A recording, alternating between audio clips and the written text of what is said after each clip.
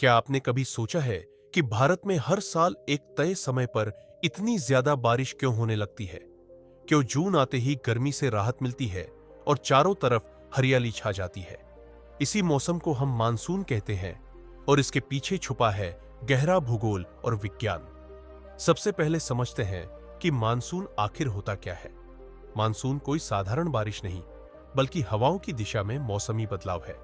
यानी हवाएं साल में एक समय अपनी दिशा बदलती है और अपने साथ बारिश लाती है। गर्मियों के मौसम में भारत की जमीन, खासकर उत्तर भारत, तेजी से गर्म हो जाती है। जमीन जल्दी गर्म होती है, लेकिन समुद्र उतना जल्दी गर्म नहीं होता। इस वजह से जमीन के ऊपर कम दबाव, लो प्रेशर बन जाता है और समुद्र के ऊपर तुलनात्मक रूप से ज्यादा दबाव, हाई प्रेशर रहता है। अब प्रकृति का नियम है, हवा हमेशा उच्च दबाव से निम्न दबाव की ओर चलती है। इसी कारण हिंद महासागर से नमी से भरी हवाएं भारत की ओर चल पड़ती है। इन हवाओं को कहा जाता है दक्षिण पश्चिम मानसून। ये हवाएं अपने साथ समुद्र की नमी लेकर आती है और जैसे ही भारत की जमीन पर पहुंचती है, बारिश शुरू हो जाती है। अब सवाल आता है, भारत में बारिश इतनी ज्यादा क्यों होती है? इसका जवाब है भारत की भौगोलिक बनावट। जब मानसूनी हवाएं अरब सागर से आती है तो वे पश्चिमी घाट से टकराती है। टकराने पर हवा ऊपर उठती है, ठंडी होती है और भारी बारिश होती है। इसीलिए केरल, कर्नाटक और महाराष्ट्र के तटीय इलाकों में बहुत ज्यादा वर्षा होती है।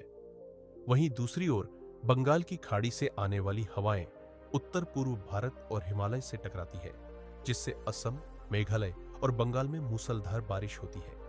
मानसून की ताकत सिर्फ हवाओं पर ही नहीं, बल्कि कई और चीजों पर निर्भर करती है, जैसे समुद्र का तापमान, भूमध्य रेखा के पास दबाव की स्थिति और हवाओं की गति।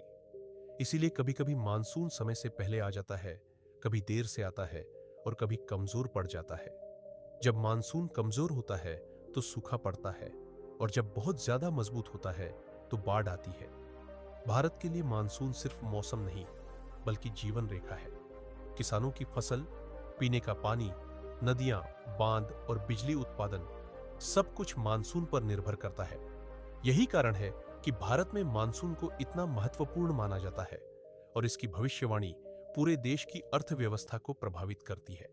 तो अगली बार जब बारिश की पहली बूंद गिरे तो याद रखिए, ये सिर्फ पानी नहीं, बल्कि जमीन, समुद्र और हवाओं के बीच चलने वाला हजारों किलोमीटर लंबा प्राकृतिक खेल है। अगर आपको ये ज्योग्राफी जीके वीडियो पसंद आया हो तो वीडियो को लाइक करें, चैनल को सब्सक्राइब करें और कमेंट में बताइए, आपके शहर में मानसून सबसे पहले कब आता है।